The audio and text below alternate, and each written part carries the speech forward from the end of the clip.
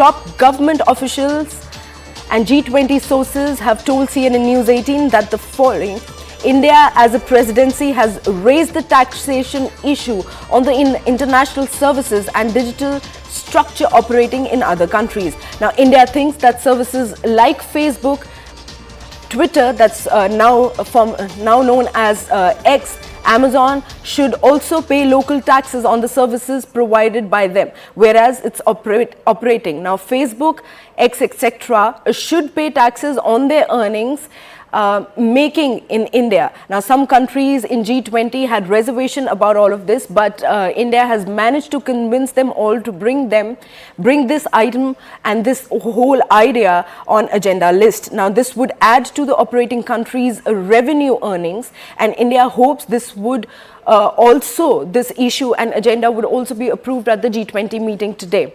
Now, joining me in the broadcast is my colleague Pallavi. A very good morning, Pallavi.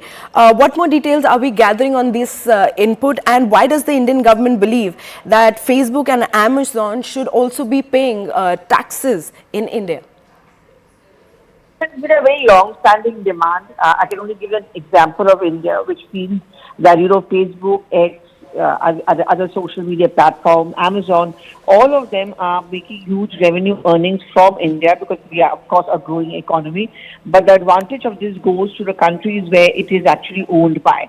The advantage doesn't come to say where it is operating in, for example, India, and they feel that this is unfair. There has been a certain amount of resistance coming in from countries where these companies belong to, saying that we cannot afford double taxation, one in the country of origin and second where we are now operating.